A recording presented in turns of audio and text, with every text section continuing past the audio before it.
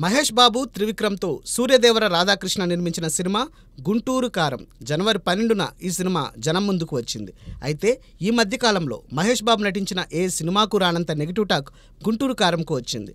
కానీ కలెక్షన్స్ మాత్రం అందుకు భిన్నంగా ఉన్నాయని ఈ సినిమా పంపిణీదారుడు ప్రముఖ నిర్మాత దిల్ రాజు అన్నారు. శనివారం సహ నిర్మాత సూర్యదేవర నాగవంశీతో కలిసి దిల్ రాజు మీడియాతో మాట్లాడారు. పండగకు వచ్చిన సినిమాల్లో పర్ఫెక్ట్ ఫ్యామిలీ ఎంటర్టైనర్ తమదేనని నాగవంశీ చెప్పారు.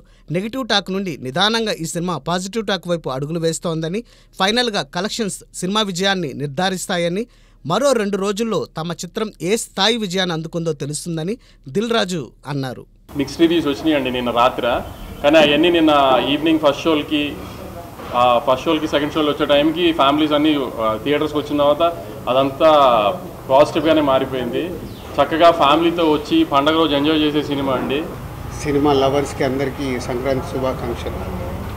ఇక గుంటూరు కారం గురించి వంశీ ఇప్పుడే చెప్పాడు. 1 o'clock పడ్డ షోస్కి కొంచెం షోస్ అయిపోయిన తర్వాత మిక్స్డ్ రివ్యూస్ ఆడియన్స్ దగ్గరికి వెళ్ళి కానీ సోషల్ మీడియాలో కానీ చాలా మిక్స్డ్గా వచ్చింది. నేను 1 o'clock షో అయిపోయిన తర్వాత కూడా ఫోన్ కాల్స్ వచ్చిన దాంట్లో పర్వాలేదండి, యావరేజ్, 2-3 బాగుంది.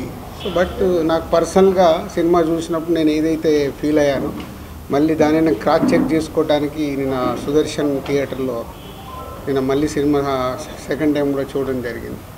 సో ఇది proper Mahesh Babu characterization base చేసుకొని చేసిన సినిమా. Is a family emotions, mother and son emotions మీద ఉండే సినిమా.